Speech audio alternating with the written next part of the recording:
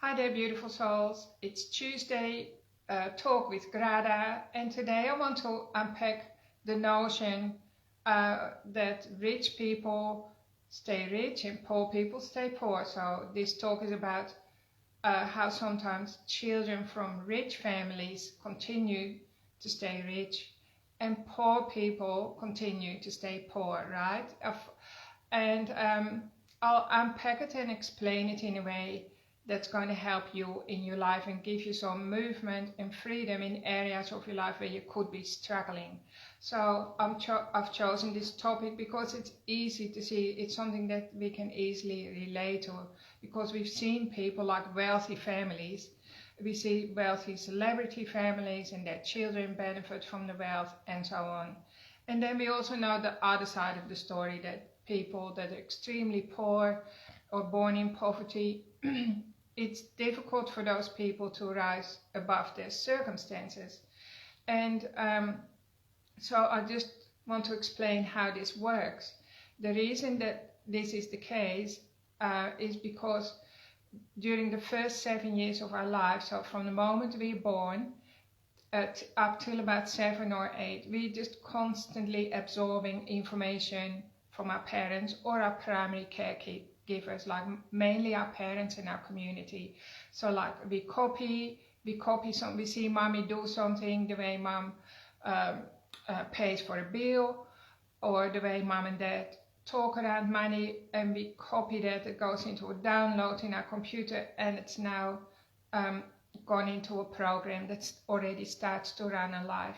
And just by the way, as a comparison, between 0 and age 2, we learn more during the first 2 years of our lives than the whole rest of our life put together. So even if you were to live till 98, you still learned more new information during the first 2 years of your life, and your brain just grows like crazy. Like I think millions of neurotransmitter or neural pathways are formed every second when a child is born till 2 years, and then it slows down a little bit.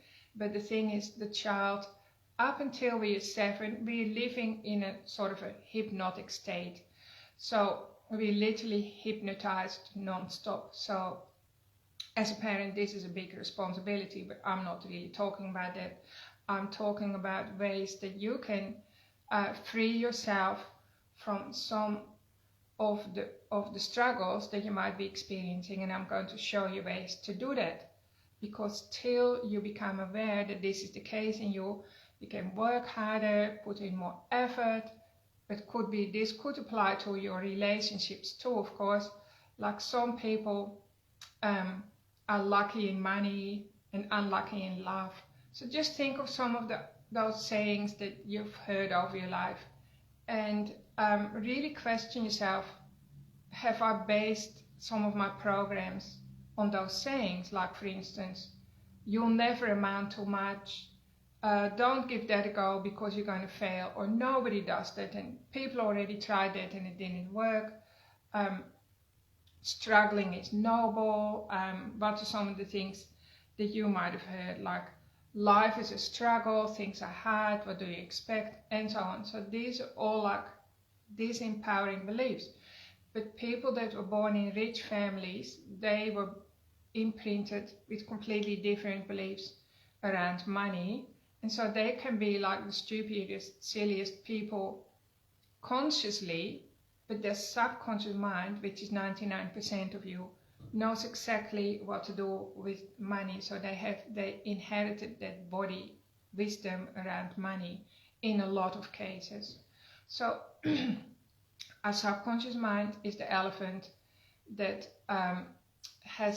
is walking in a certain direction, right? So it could be going south and you don't know it, because the conscious mind, is like the little ant that's thinking it's heading north, but it's actually heading south as well, and it's running really, really fast, putting in so much effort, but it doesn't realize it's actually walking on the back of an elephant, and the elephant doesn't know that the ant wants to go north, because a lot of the time our subconscious mind and the conscious mind don't communicate to each other very well.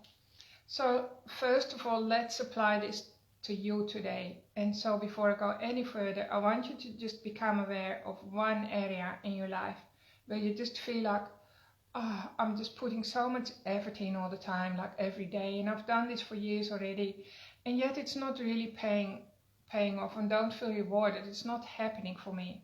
And it can be even as simple as something like your diet. You always try to be on a good diet, do the right thing by your body, and yet you're not getting any healthier, or you're not losing weight. So weight loss can be a real struggle. Can be relationships, like you're just trying so hard in your relationship, but it never seems to go smoothly, not even after many years, maybe not even after counseling. And then of course the money thing is a very common one.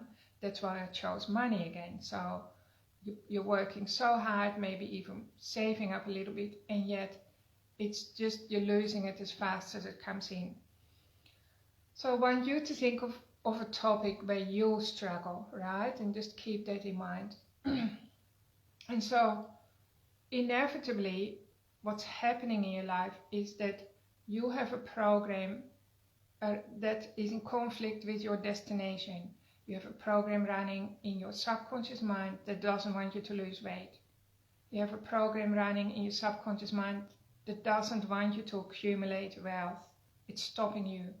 Or you have a program that's running that doesn't want you to be happy in love, right? And these are all things that were put into the computer between 0 and 7. So you don't need to come to me to psychoanalyze you. You just need to focus on one part of your life where you know there is a glitch happening. Can be your relationship to yourself, how you talk to yourself. You know, that you always struggle with self-hatred and you want to turn it into self-love. So just notice where that glitch is. And so that means that 1% of you, say, wants to be rich, happy, healthy, wealthy, have it all.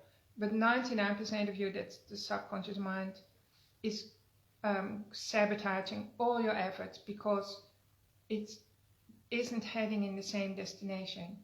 So how do we get the elephant to change, to go north, so you both go north, and then your life starts to flow? Well, luckily we can do that, right? There were many generations before us. Our parents didn't know how to do that, and so on, but today you can.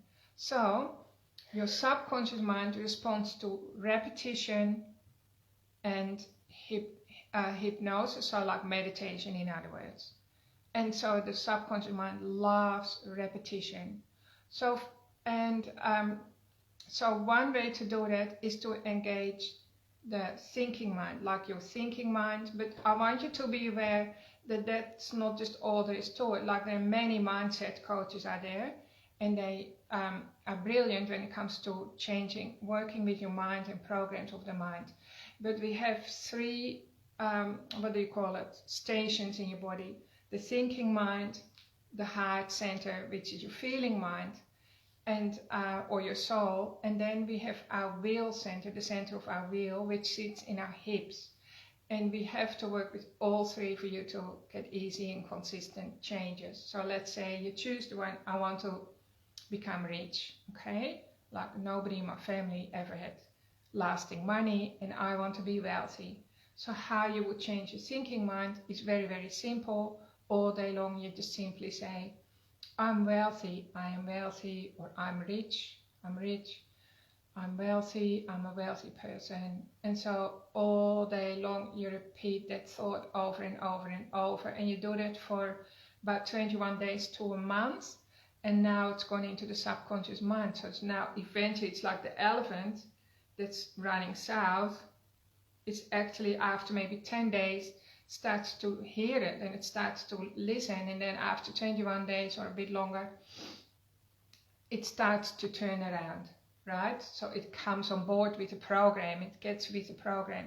So that is very important, that you do repetition. You don't just stick a note on your mirror, because that's more like a suggestion, and the subconscious mind needs repetition. Alright, so that's number 1. Secondly, we must never ignore our heart center. So the heart center is even more powerful than the thinking brain. So the heart center is the feeling, it's the soul. Your soul has come in with a program already, or like an agenda, I should say. The soul is coming with an agenda, and our soul wants us to be a wealthy woman or a wealthy man, so that we can share our gifts and change the world, turn the world into a better place, help others, reach others, support others, and so on. So the heart center operates quite different to the thinking. So like when it comes to our heart center, we can't simply override our feelings. We must never override our feelings, because that's going to create pressure inside the body, and it's going to cause the elephant to go south even more, right? So the way you tune into and change the heart center is just simply rest your hand on your heart, or just put mine here. That already changes. It's a signal to your body that I'm acknowledging what I'm feeling. And then you can breathe into your heart center, coming from a space of curiosity and acceptance and compassion. And just be curious what's going on. What are your feelings around that struggle? Let's say you might feel frustrated, you might feel anxious, impatient, and you acknowledge those feelings. So you stop repressing them, you stop resisting them. You're coming from a field of openness and acceptance. And you use your breath to breathe acceptance into all those feelings. And the longer you do this for, the better, the more lasting those shifts are. And the fun thing is that every day your feelings will be different, right? Pretty much they come through you, they want to be felt and expressed, and your heart gets with the program very, very quickly, right? So let's say we go back to money or diet, is weight loss. You just do the same thing, so you need to close your eyes and spend 20 minutes a day sitting with your body, with your eyes closed, and just dropping in, taking notice of what's going on for your body, and being fully present, and not coming from a place like, oh, I'm going to change this or I'm going to change that. We can change our thinking. In fact, we must change our thinking. When it comes to the feeling center, we have to listen and acknowledge and allow those feelings to travel through, if that makes sense. So that's, we often get that wrong, because we want to listen to our thinking, and our thinking is like a car that's out of control, because our thoughts are all over the place. We have to lead our thinking, and we have to feel our feeling, right? And then when it comes to our willpower center, which is in the pelvic area, in the reproductive system, that whole area, again, it's a matter of closing your eyes and dropping your attention down into that space. And this is what will transform your willpower, is courage. Okay, so like again, first being present. So I can do that now with you. Just think about something that you struggle with in your life, and acknowledging that it's a glitch in your subconscious mind that was put into you between birth and 7. So you can even imagine the little child, and you want to change it, and just put your hand on your whole, the lower abdomen, and just drop your energy into that space. And you might start to feel some body sensations, but this is the center of your willpower, and it requires courage. So now I want you to start thinking of something that you need to do, like that you need to change. Like for instance, this is the action center. Like for instance, do you need to cut out that glass of wine every night? You need courage to do that. Do you need to go for a walk every day? Do you need to put $10 a day away and never touch it again? Or $100 a week and let it build up? Do you need to follow people on YouTube and be inspired, or read a book, people who've made it in life? What is an action step that you need to take? And that requires courage, and that's coming from that center, the very, very important center basically in the reproductive system. So as we change our thinking, that will also change our feelings. The thinking part is the easiest one. People think it's difficult, but it's actually the easiest one, and you can do it very quickly, because we only can think one thought at a time. So as soon as that thought is negative, you already know it's out of alignment with the universe, and I'm not seeding that into my subconscious mind because I don't want to grow weeds in my life, so I'm going to change that thought. So you can just say, I'm happy. I give myself permission to be happy. I'm a happy person. I'm happy and I'm happy. Like you say that for a while.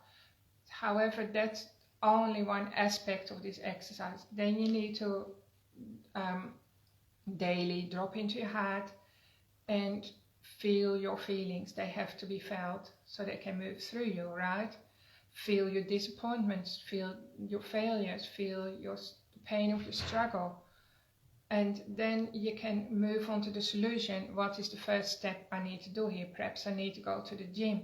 So then you fill your pelvic area up with courage. Now, courage is something nobody is born with, by the way. Some people seem to have tons of courage and others don't have much rather.